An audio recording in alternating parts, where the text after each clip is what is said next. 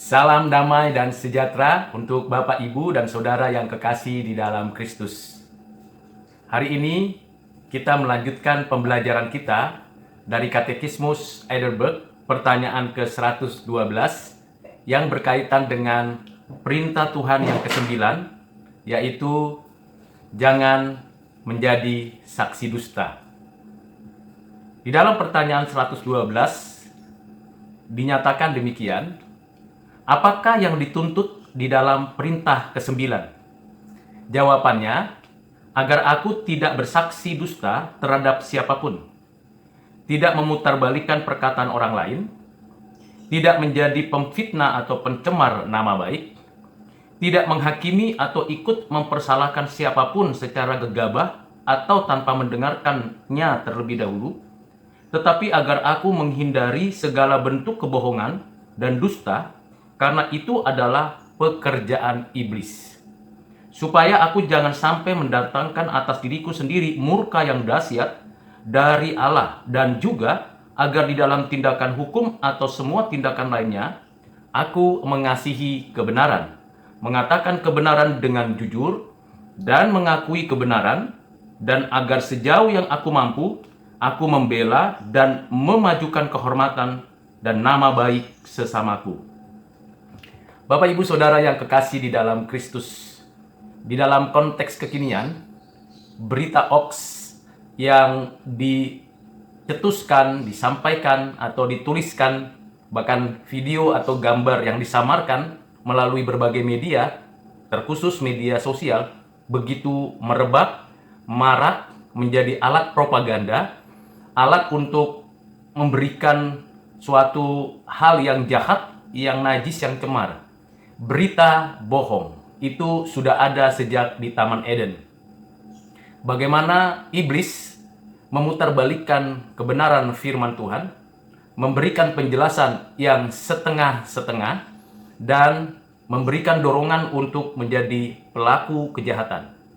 Hal itu ternyata dalam konteks kekinian masih berlanjut, di mana ada banyak orang yang melakukan tindakan kejahatan, menyampaikan berita bohong.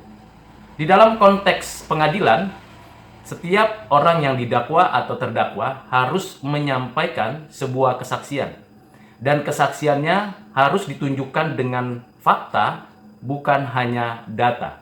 Tentu pendakwa atau pembela atas tersangka akan memberikan alibi, memberikan kesempatan untuk dapat membela atau memberikan jawaban atas peristiwa-peristiwa yang dilakukan oleh tersangka. Bisa jadi yang ditampilkan dan dihadirkan di dalam sidang pengadilan adalah saksi-saksi yang memberatkan atau yang meringankan.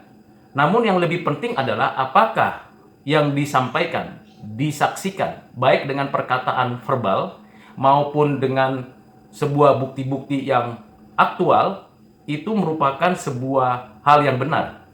Dan kalau di dalam konteks pengadilan ternyata semua fakta, semua ucapan dan perkataan verbal itu adalah kebohongan, setengah kebenaran, bahkan menafsir sesuatu yang sebenarnya untuk tujuan diri sendiri, maka itulah kebohongan, itulah saksi dusta. Di dalam konteks kenegaraan, kita bisa melihat dan menyaksikan ada banyak pejabat negara yang menyaksikan dan bersaksi di depan publik, bahkan bersaksi di hadapan Tuhan Allah dalam suatu sidang kelembagaan negara untuk menjabat sebuah jabatan kenegaraan. Tetapi apakah benar apa yang disaksikannya itu merupakan sebuah komitmen yang akan dilakukannya seumur hidupnya sepanjang ia menjabat sebuah jabatan? Tentu kalau itu dilakukan dengan pura-pura, dengan asal-asalan, bukan sebuah komitmen, tetapi hanya sebuah ritual politis saja, maka itu adalah sebuah kebohongan. Kebohongan publik dapat dilihat, terwujud, dan dapat dibuktikan ketika seseorang menjanjikan suatu janji yang berkaitan dengan keadilan, kesejahteraan, kebaikan daripada masyarakat atau orang-orang yang dipimpinnya, tetapi ternyata di dalam langkah selanjutnya, orang-orang yang dipilih atau terpilih sebagai wakil rakyat atau sebagai pemimpin dari sebuah jabatan pemerintahan, kalau itu jahat, Kalau itu tidak diberlakukan dengan benar, kalau tidak tunduk kepada regulasi yang sudah ditetapkan, maka sesungguhnya mereka adalah saksi-saksi dusta. Di dalam ajaran Alkitab, terlebih khusus di dalam Injil, Tuhan Yesus memberikan sebuah penekanan bahwa bapa segala dusta adalah iblis.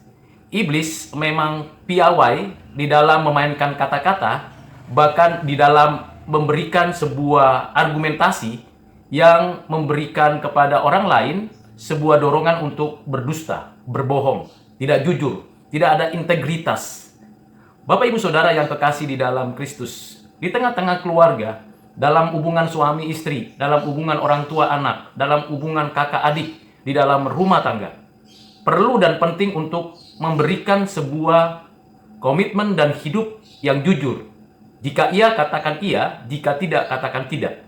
Bukan hanya itu saja, sebagai orang Kristen di tengah-tengah zaman yang sudah begitu campur baur antara yang benar dengan yang salah, antara yang baik dengan yang jahat, orang-orang Kristen harus tegak berdiri menyatakan kebenaran.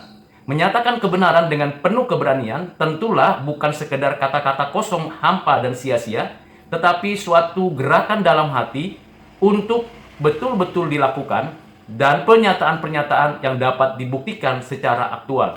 Sebagai orang Kristen, orang tua memberikan didikan, teladan, dan anak-anak memperhatikan apa yang dinyatakan oleh orang tua, kebenaran-kebenaran Allah. Dan kalau kita berbicara kebenaran, maka kita tahu kebenaran itu dapat kita temukan di alam semesta, karena Tuhan memberikan pewahyuan umum, dan Tuhan memberikan anugerah umum, serta kemampuan untuk kita berpikir, menemukan kebenaran, dan mendapatkannya, baik secara langsung maupun proses pembelajaran, sehingga kita secara progresif mendapatkan kebenaran. Kebenaran-kebenaran itu adalah kebenaran Allah. Dan tentulah kebenaran-kebenaran tersebut perlu diuji dan diseleksi dengan baik melalui kebenaran verbal, firman Tuhan. Karena Tuhan sudah memberikan kepada kita firman-Nya. Alkitab adalah firman Tuhan.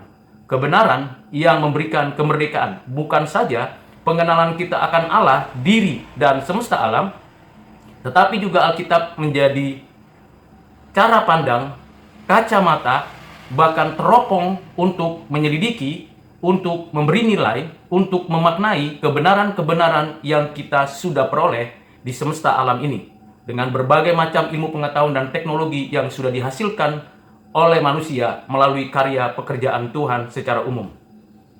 Sejalan dengan itu, kita tahu bahwa Tuhan Yesus sudah mengatakan kepada kita melalui firman-Nya dalam Yohanes 14 ayat 6, Ia menyatakan bahwa akulah jalan, kebenaran, dan hidup. Tuhan adalah kebenaran. Kebenaran yang ada pada dirinya, kebenaran dirinya sendiri adalah kebenaran. Kebenaran itulah yang memerdekakan. Ada banyak orang yang mempelajari berbagai macam ilmu pengetahuan, berbagai macam kebenaran dalam Alkitab dengan berbagai dogma, tetapi kalau kita tidak datang kepada Tuhan yang memberikan hidup dan kehidupan karena Dialah sang kebenaran, maka seluruh kebenaran yang kita pelajari, seluruh kebenaran yang kita peroleh menjadi sesuatu yang tidak bermakna di dalam kehidupan saat ini dan akan datang. Karena itu Bapak Ibu Saudara yang kekasih di dalam Kristus, perintah ke-9 ini bukan saja sebuah sisi negasi yang berkaitan dengan jangan berdusta, tetapi juga ada sisi yang lain yang perlu kita perhatikan dari perintah Tuhan. Katakanlah yang benar, nyatakanlah yang benar dengan penuh keberanian. Tentulah kita perlu penuh dengan suatu tindakan perkataan yang dipenuhi kasih. Kebenaran harus dikuasai dengan kasih. Kasih harus dikuasai dengan kebenaran. Sehingga keduanya saling berinteraksi di dalam diri kita ketika kita hidup di dalam kebenaran. Dan Tuhan melarang kita melakukan pencemaran nama baik, memfitnah, bahkan gegabah menseringkan sesuatu kabar bohong. Di dalam konteks kekinian, media sosial menjadi media yang dapat menjadi alat setan untuk menyampaikan kebohongan-kebohongan.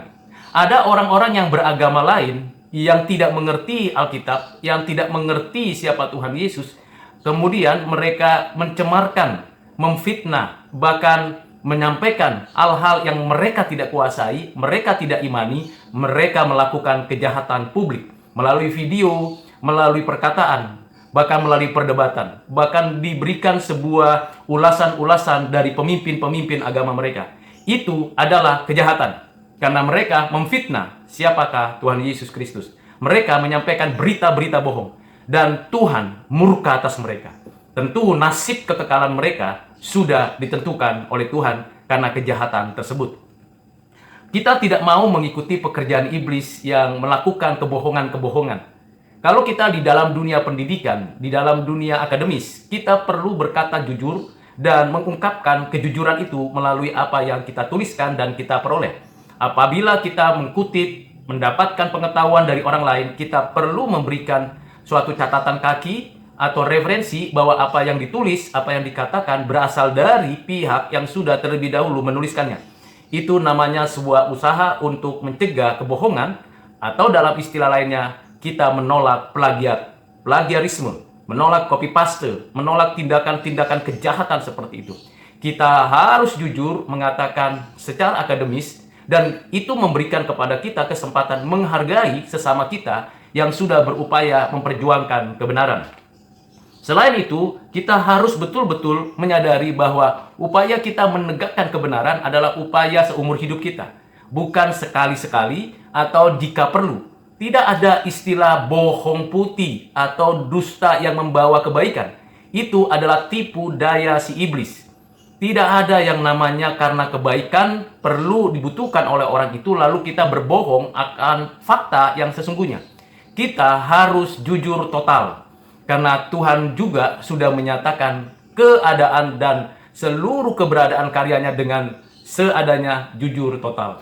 Selain itu memang kita tidak boleh melakukan hal-hal yang jahat seperti yang dikerjakan iblis. Iblis dan roh-roh jahat serta para pengikutnya selalu berusaha untuk menipu manusia, menipu umat Tuhan, menipu dengan cara-cara yang manis, yang indah, dan kita tidak mau mengikutinya. Karena itu, kalau kita disudutkan, diberikan kesempatan untuk melakukan tindakan yang jahat itu, kita harus mengatakan tidak. Bukan itu sebuah komitmen saja, tetapi sebuah tindakan nyata.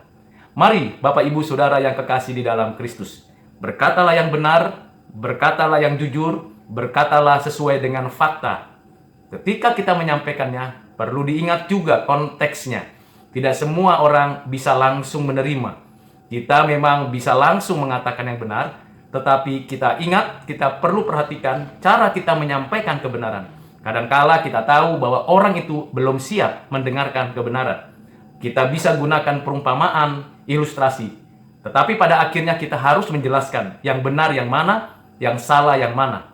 Dan kita ada di pihak Tuhan. Tuhan yang berpihak kepada kita, kita berpihak kepada Tuhan. Dan kita adalah anak-anak kebenaran. Kiranya apa yang sudah disampaikan menjadi berkat bagi Bapak Ibu Saudara. Dan jangan lupa untuk membagikan kebenaran ini kepada siapa saja. Tuhan Yesus memberkati kita. Amin.